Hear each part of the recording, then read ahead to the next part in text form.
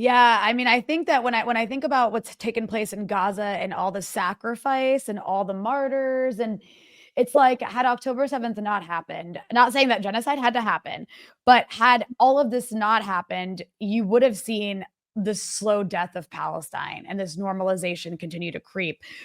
And I think that we have to understand the sacrifices in this region as kind of fueling revolutionary spirit around the world in many ways. Allowing ourselves to feel despair and surrendering is a massive betrayal when people who are literally living under the most terrifying, oppressive, and horrific conditions in Gaza are still fighting, are still trying everything to survive.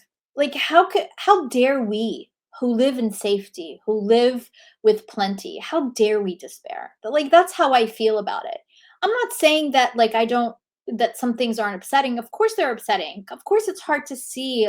It's hard. I mean, I cried my eyes out yesterday when Abu Dia Khalid Nabhan was killed.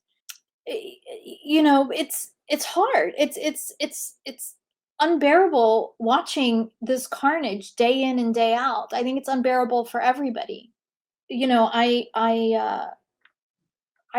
not, I don't, I still feel optimistic, and and I've just indicated the reasons. It's not just, optimism out of thin air. It's optimism that's grounded in history.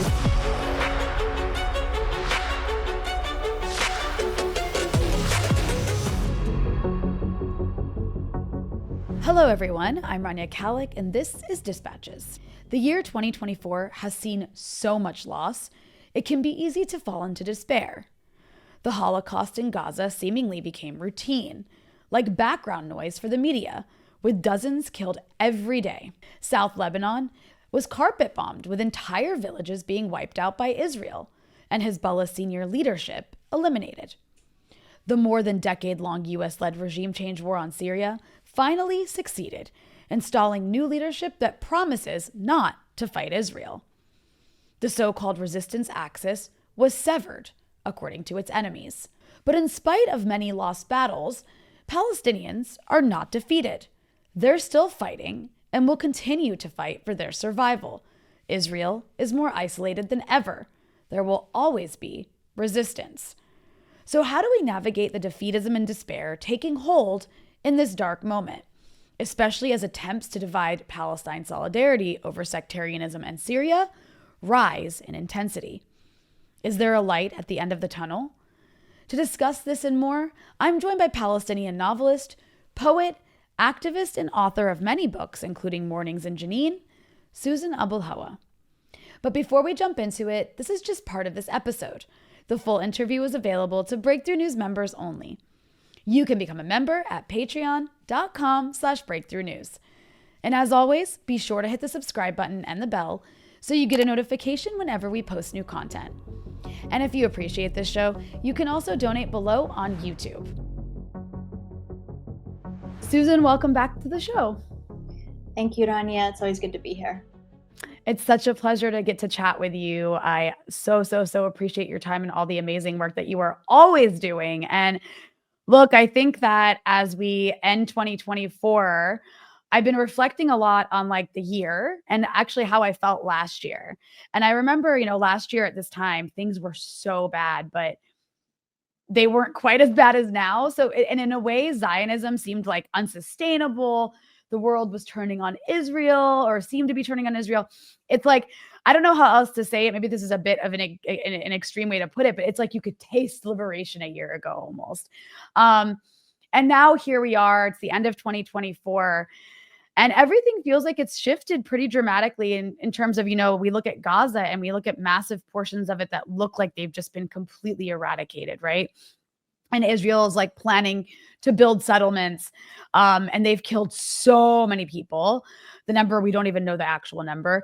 You look at Lebanon and, a huge portion of South Lebanon is just destroyed in terms of infrastructure. Hezbollah has been pretty weakened. I mean, they still exist, but they've been weakened. They killed Hassan Nasrallah. You look over at Syria, which just a couple of weeks, just in the last couple of weeks, it really surprised the world with the Syrian government being overthrown and this new regime in Syria saying, pretty blatantly that they're not going to fight Israel, even as Israel dismantles Syria's military infrastructure and expands into the Golan. And then, with all that happening, Gaza's become like this background noise where our social media feeds are still just, full of dismembered children with seemingly no end in sight, though I know there's some talk of a ceasefire. So I don't know when this program comes out, perhaps there will have been one, maybe not, we'll see. But all that's to say, I'm painting, I guess, what sounds like a very dark picture, because I think in a moment like this, people are really falling into a sense of defeatism and despair. And I raise that because you recently said on Twitter, I'm going to quote you. You said, "We mustn't despair or give up. The future is ours. Believe it." And so I think this is an important point to start on. I'm curious if you can maybe elaborate on that for our audience, who I think really need to hear why we should not, despite how dark it is right now, fall into that kind of defeatism. Yeah. I think so. I am optimistic, and I truly am not. Yes, this is.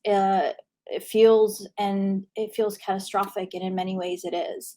And yes, the genocide has not abated in Gaza, and yes, Syria has been disarmed and beheaded.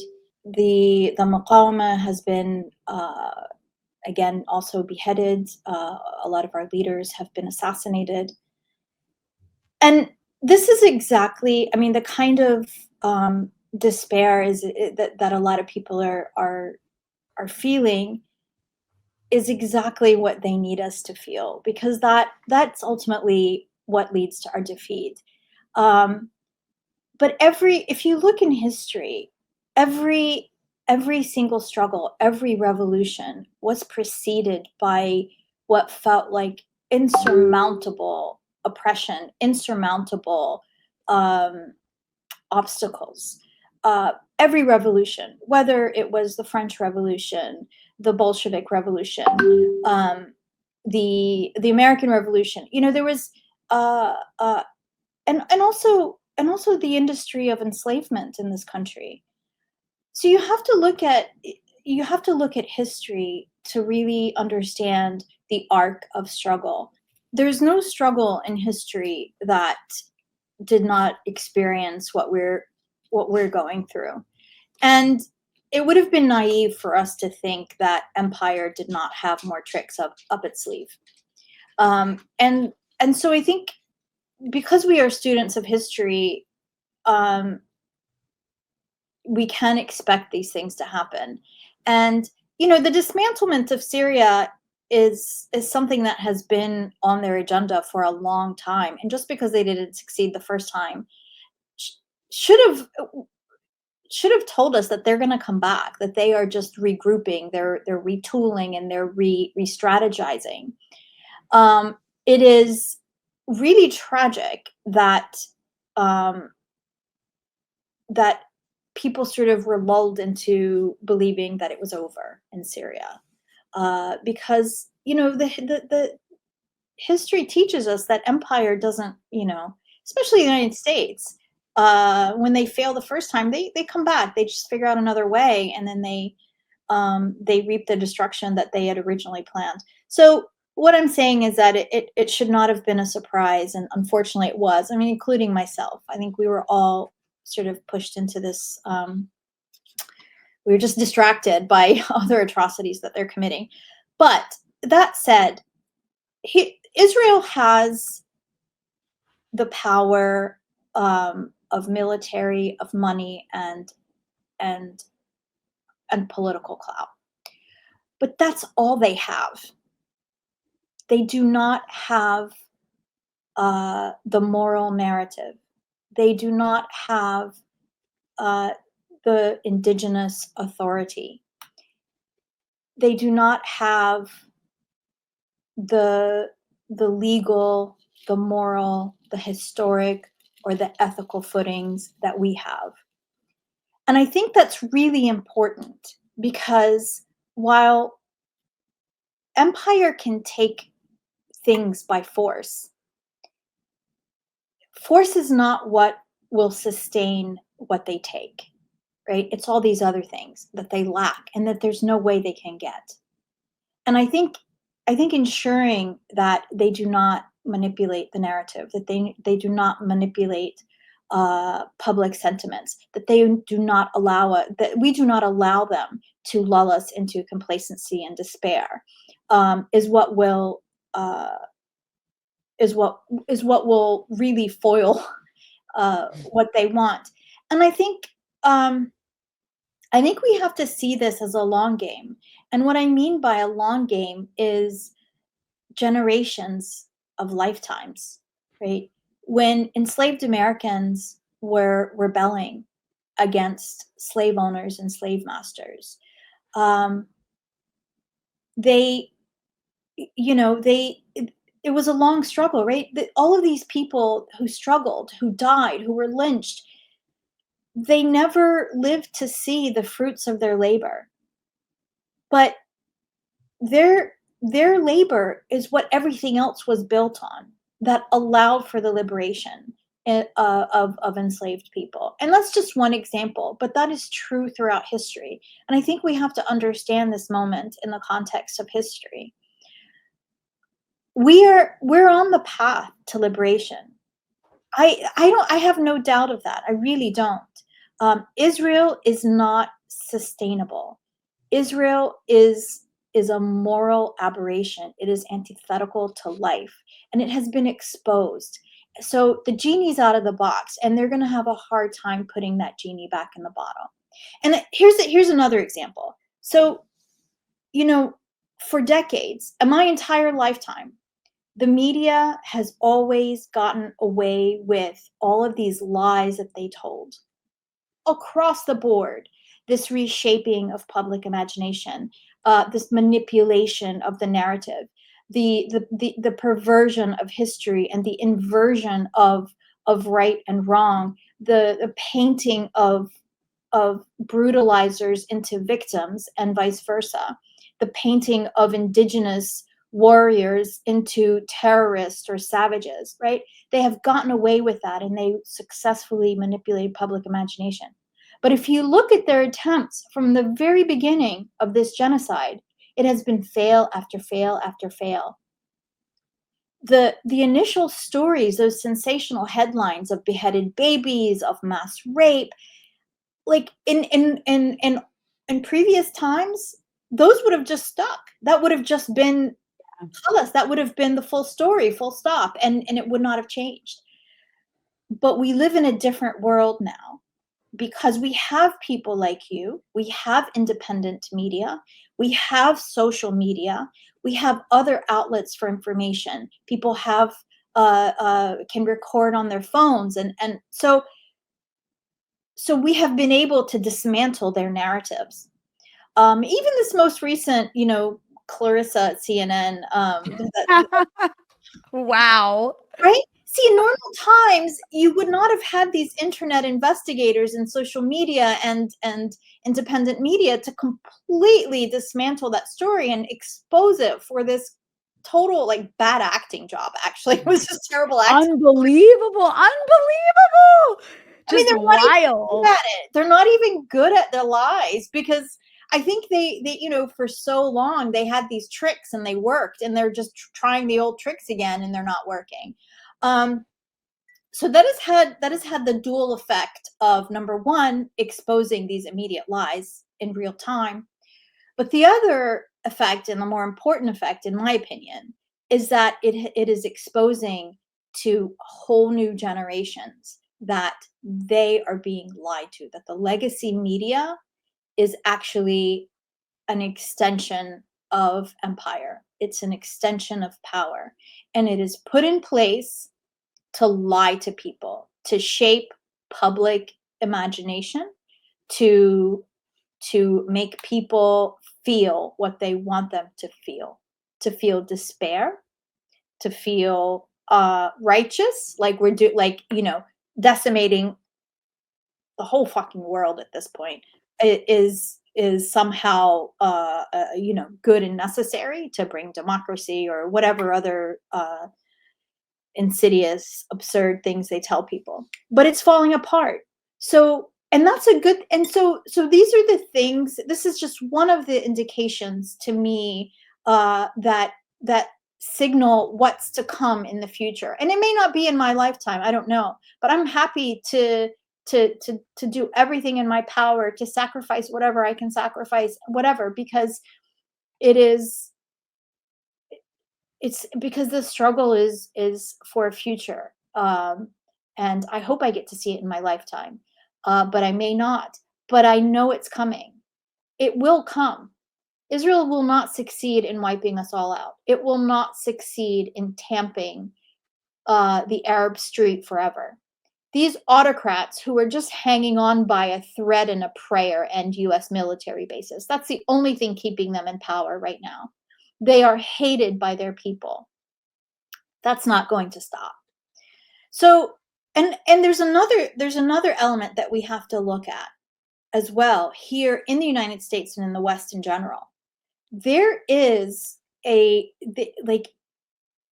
something bubbling, and it has not yet exploded, but we see signs of it. There is a real class disaffection and a growing awareness of how terrible our governments have actually been, how much of a lie this so-called free speech and democracy and all these lofty ideals that they have been planting in people, how manipulative and how untrue it all has been.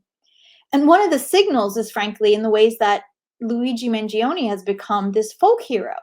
This guy literally murdered somebody in broad daylight, and the American people are applauding him.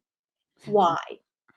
Because that should tell you what public sentiment, what's happening in places that just are unseen right now in the United States, and it's a good sign. And he should be hailed as a hero. Let me just say that, because at some point, when nothing you do works, when you go to court and you do everything you're supposed to do, when you file all the right papers and you go to all the right people and you talk to your congressman and you talk to your senator and you plead and you vote and you pray and nothing works and you're still dying because you can't get insulin, right? At some point, you have to do something radical and something that will just shake everybody up. In some ways, that's what October the 7th was. At some point, you just get fed up. At some point, enough is enough. And we are slowly coming to that point in the United States. So there's a lot of signs that should make us all optimistic. It's unfortunate. Sorry, I keep talking, but it is unfortunate. It's unfortunate that it had to come to that, to murder in the street. It really is. But there's all this other murder that has been happening because of stamps on paper denied and whatnot. There's been this mass looting of American workers. There's been this mass looting of whole continents, and the American people are watching this extraordinary wealth gap. People living in obscene luxury, obscene wealth and privilege, and more masses, the middle class is getting plummeted into poverty, into insecurity, economic insecurity, and this alienation of the society, of individuals, of depression. And so things are happening in this country, and I hope that this country will finally revolt against the ruling class. But whether that happens or not, all of the conditions are there for real and substantive change. If you have a conscience, it's unbearable to be plugged into the corporate media machine right now. These outlets are accomplices in genocide, running cover for the war machine. Breakthrough has become the go-to outlet for those who want something different. But the funds we've used to start this platform are starting to run out. We'd never dream of turning to mainstream corporate funding. So we're turning to you. Become a patron. For as little as $5 a month, you can become an essential part of our fight to not just break through the mainstream media, but create something that can challenge it. We have to become completely viewer supported, or this platform we've built could go away. Don't just watch us, join us. Yeah, I mean, I think that when I think about what's taken place in Gaza and all the sacrifice and all the martyrs, and it's like, had October 7th not happened, not saying that genocide had to happen, but had all of this not happened, you would have seen the slow death of Palestine and this normalization continue to creep. And I think that we have to understand the sacrifices in this region as kind of fueling revolutionary spirit around the world in many ways, and not let it happen in vain. And that's why I think it's important not to, fall into despair and defeatism, because then it's like all of that sacrifice and all that loss is just in vain. And I don't think it will be. I absolutely agree with you. And I really hope that people really hear and absorb what you just said, because that's part of the psychological warfare of all this, is to make us feel defeated so we surrender. And there's so many, yeah. Go ahead. Betrayal to me. Honestly, I think allowing ourselves to feel despair and surrendering is a massive betrayal. When people who are literally living under the most terrifying, oppressive, and horrific conditions in Gaza are still fighting, are still trying everything to survive. So, like, how dare we, who live in safety, who live with plenty, how dare we despair? Like, that's how I feel about it. I'm not saying that, like, that some things aren't upsetting. Of course they're upsetting. Of course it's hard to see. It's hard. I mean, I cried my eyes out yesterday when Abulhawa, Khalid Nabhan was killed. It's hard. It's unbearable watching this carnage day in and day out. I think it's unbearable for everybody. But I still feel optimistic, and there's, and I've just indicated the reasons. It's not just, optimism out of thin air. It's optimism that's grounded in history, and it's grounded. Also, you have this whole generation now, throughout the West, who are awake, who have seen what they've seen, and know what they know, even if they're scared to speak, even if they're scared to protest now, even if they're being violently suppressed. At some point, they're going to take power in this country, and what they know is not going to be unknown. Yeah. I want to ask you about your Oxford Union speech. And I also want to ask you about the censorship around it. But before I do that, I messaged you and told you this, but I just want to emphasize, in the course of just watching Syria be dismantled and Israel take more land in the Golan, I watched your speech so many times because it just it gave me the hope that I need right now. And also, one thing about it that I really loved is a part of the message you had in there was like, first of all, you guys will never win. You will never succeed in eradicating us. I really encourage everybody to go watch your speech. It's so beautiful and just so well said. But also, there's a message in there of like, even if you feel like you're succeeding, we're not going to let you enjoy that. Like we're going to make sure you don't enjoy it. And I feel like that's a really important point, is when these Zionists, when these imperialists, they think they're winning, they're doing a victory lap. We're not going to let them, we're not going to let them enjoy that. But I want to give you the opportunity to tell us what has happened since then, because I think it's really important. I mean, this is a very prestigious place to be speaking, to be debating. I was not surprised to see you be up there doing that, but then it's okay. It's the top of the hour. My electricity will come back on. This comes with living in Lebanon.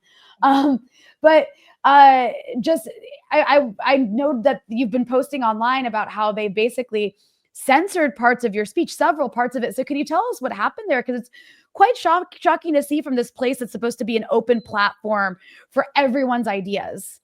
Yeah. So let me start by saying first that I worked on that speech for days. And the only reason I went to that debate is because historic figures that I admire tremendously were there before me. And I have often gone back and listened to their speeches, including Malcolm X and Jimmy Baldwin. Jimmy Baldwin actually was at the Cambridge Union debate, but it's, very similar. And so I very purposefully calculated every sentence I said, and I wanted it to be representative. I wanted it to reflect everything I wanted to say, and the trick was to do it in in less than 15 minutes. So I say that because just to emphasize how egregious, how unethical, and possibly illegal it was for them to then edit my speech and take out key parts, right? Because when I wrote that speech, it was not just for content. I wrote it for cadence, for literary aesthetic, for my own individual voice. And so there was a lot in that went into that intellectual labor and the production of that speech. And for them, for these people with no sense, with no literary sense, with no sense of history, with nothing, for them to go through, and it was lawyers really who decide, oh, we're going to take this part, we're going to take this part out, we're going to take this part out. And they ended up cutting out. So this was after it was published, right? Some people, the previous leadership of the union already reviewed it. They consulted with attorneys. There was nothing illegal in what I said. That's what they were looking at, right? And it was published. So the full version was up there. But then the new leadership on, I think like 2 days ago, removed the previous video that had already garnered, I think, 250,000 views and thousands of comments. And they uploaded one that was edited. And I'm furious, really, because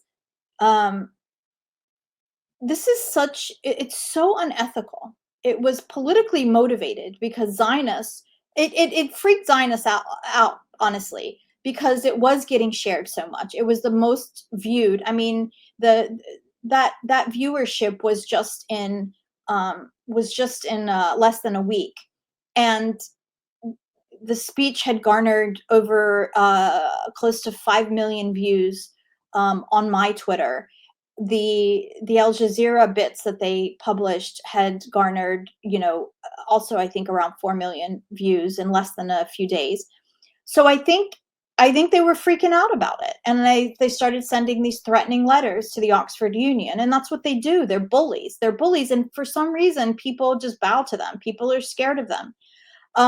But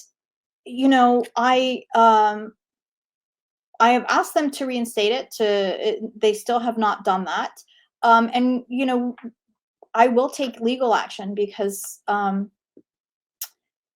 it's just not acceptable. And honestly, I don't think anybody should participate in that forum anymore. I think it should be boycotted. I think that if this platform that sells itself as a beacon of free speech and open debate and all this other bullshit they tell people, if they're going to edit somebody's speech because some other people, for the opposing group objected to it, so they make themselves the arbiters of what's acceptable and what's not acceptable, then that is no longer a platform of open debate or free speech or any of the things that they tell people that they're about. They have just made themselves into basically Zionist stooges and cowards and censors and arbiters of history. Like, how dare they? How dare they edit the historic record? That's why I went there. I went there to put this speech in the historic record. of this extraordinary struggle, and they edited it. And that is not only an offense against me, it is an offense against history, the historic record, and it's an offense against the public good. Yeah. Future generations have a right to examine this moment and all of its facets and everything that has been said and everything that has been done. And this moment will be studied by future scholars, and they have no right to do what they did and To take change that the away. record. To take that away. Yeah, exactly. Um, well, Mhm. so, and I mean, yeah, it's just like I think many people who are watching have gone and watched the James Baldwin, which you mentioned was Cambridge. Actually, I for some reason didn't realize that, but James Baldwin, of course, Malcolm X Yeah. historically did a debate, right? So like these are things for the historical record, and they're taking that away from us by removing it. Um, I want to move on to a bit of a contentious topic that you already said some things about, but I'd like to hear you say a little bit more just because, and not in the context of necessarily talking about the issue of Syria. I do feel like there is a concerted effort right now to use the issue of Syria to divide the Palestine solidarity movement in North America. I don't know if it's happening in Europe too. I do know it's happening in North America because I'm very much aware of the structure of Palestine solidarity and who's involved in the US, and I see what's happening. I'm getting a lot of messages of concern. I know I'm also getting a lot of hate and bullying from people I've never even heard of, some I have. I know you're probably experiencing something similar for the simple act of being honest about what was done over the last 13 years, which was a concerted multi-billion dollar US led regime change effort against the country of Syria. And that is not to say anything about the Syrian government, what it was or wasn't, or if anybody loves it or doesn't. It's just a matter of fact and historical record that happened. And the people who've now taken over Syria, HTS, are led by a guy who's called Mohammed al Jalani or Ahmed al Shara. I'm not really sure how to say his name. But regardless, this guy was in ISIS and then became the head of Al Qaeda in Syria. He committed horrible atrocities in Iraq, in Syria, and in Lebanon. And we're all just supposed to sit here and just silently accept the makeover of this man who is a horrific figure, but more importantly, on top of that, is basically signaling that he will not fight Israel as Israel eats up the Golan Heights, perfectly happy with cutting Syria into different parts and basically making Iran enemy number one. So I'm just, anyways, all that's to say, I'm just curious your thoughts on the use of this and the sectarianism that has been fomented so much by the US to basically attack Palestine solidarity, which actually has become huge since last year and more important than ever. So it's not just now. I mean, the using Syria to divide our movement long before October 7th has been, has been in the works.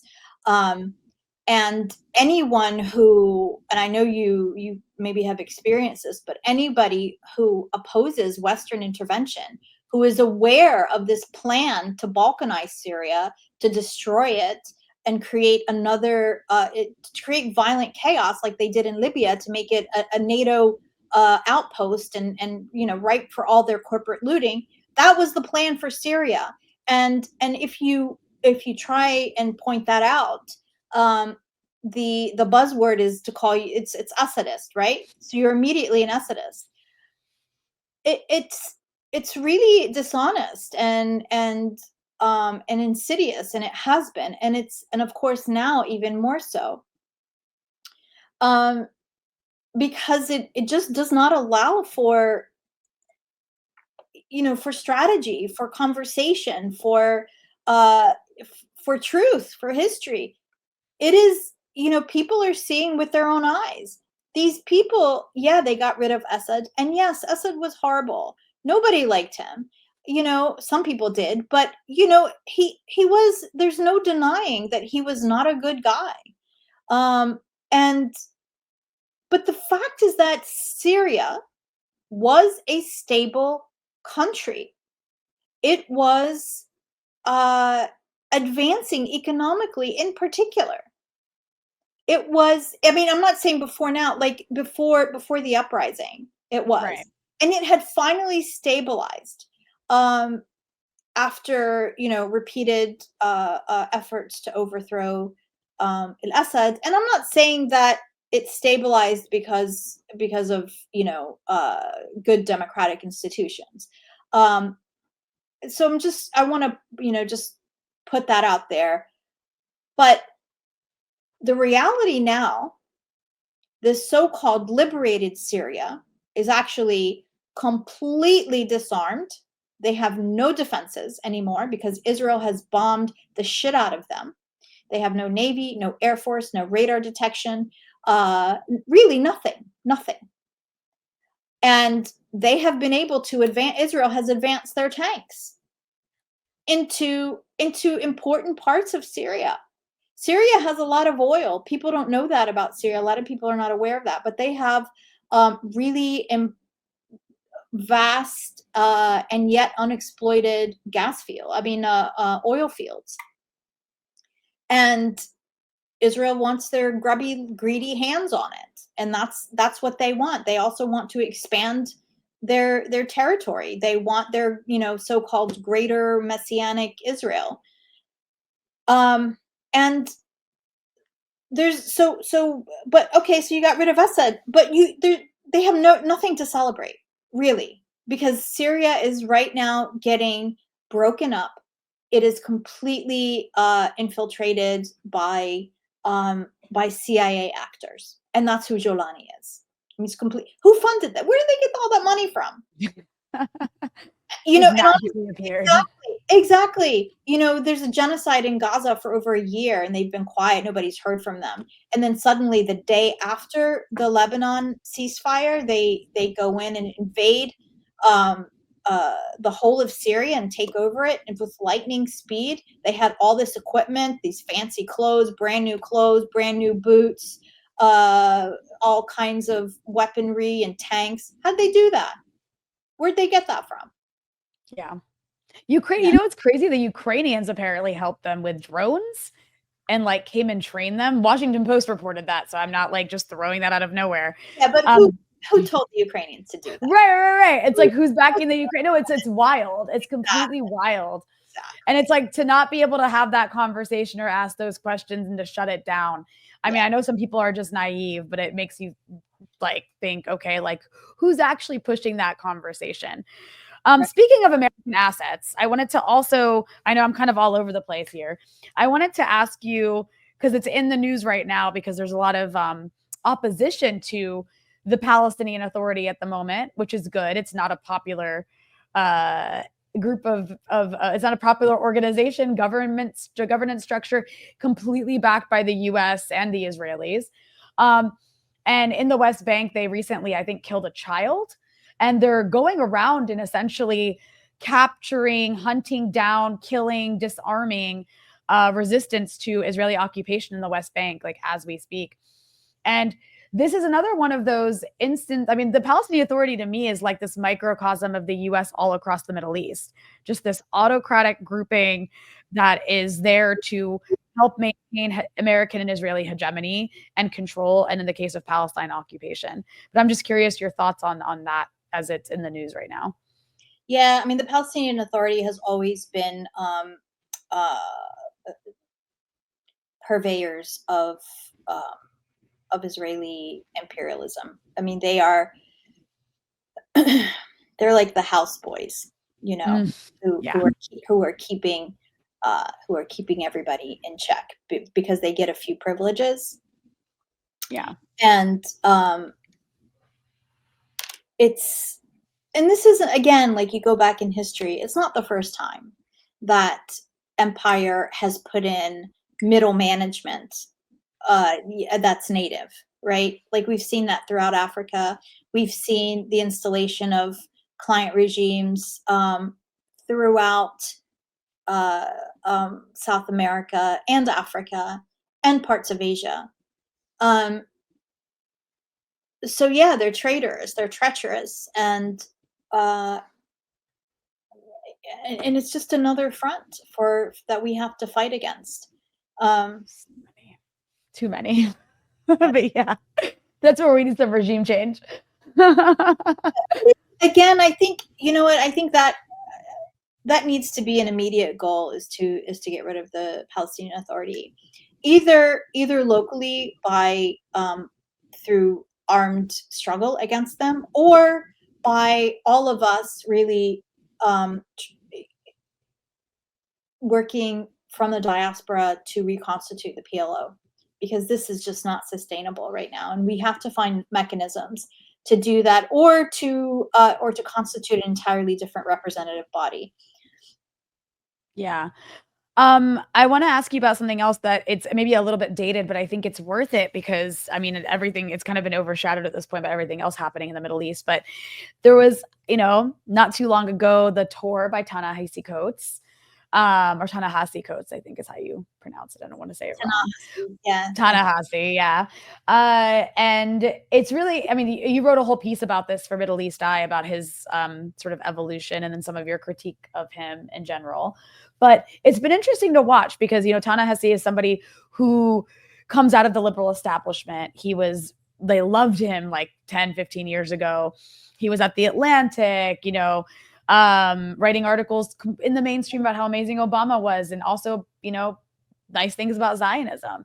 And so to see him really like transform on this issue, and you can tell he means it. Like I watched a lot of his interviews, and you can tell he's very passionate about this. I still disagree with him about like some things because he's, got a pacifist type and like still has some liberal tendencies, but it's really interesting to see his shift.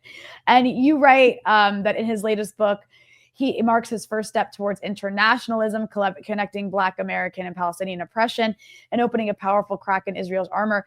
But I do think it's interesting to see him through the issue of Palestine. This is why I think Palestine is such a powerful issue.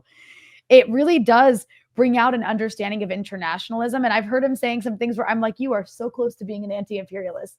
Just finish the thought, take it a step further. But I'm just curious your thoughts on Ta-Nehisi Coates' transformation, evolution, and what it signifies for the power of Israel's oppression of Palestinians to open people's eyes about American imperialism around the world. Yeah. So I think, he's on a journey, for starters. So I think he may well get to where you are. We saw that with Dr. King. Okay. Yeah. Yeah. He had a lot of those liberal tendencies as well, but towards the end of his life, there was a clear shift toward Malcolm's sense of the world, and internationalist outlook. And, unfortunately, they cut both of their lives short, and we never got to see the fruition of those changes. But I think the important ingredient that he brings to this is a very clear moral compass. So I think that that's part of who he is. He is a moral creature, and his eyes have been open to something. And as a moral human being, he's not staying silent about it. And he's working to educate himself, and he's learning. So I trust that he's on his journey, and I think he will be in a different place a few years from now, even. But because once your eyes are opened to how insidious the world really is, how insidious empire has been, how veiled the truth has been, even from intellectuals like Ta-Nehisi. If you enjoyed this episode and want to hear the rest, you can access it by becoming a Breakthrough News member at patreon.com/breakthrough news.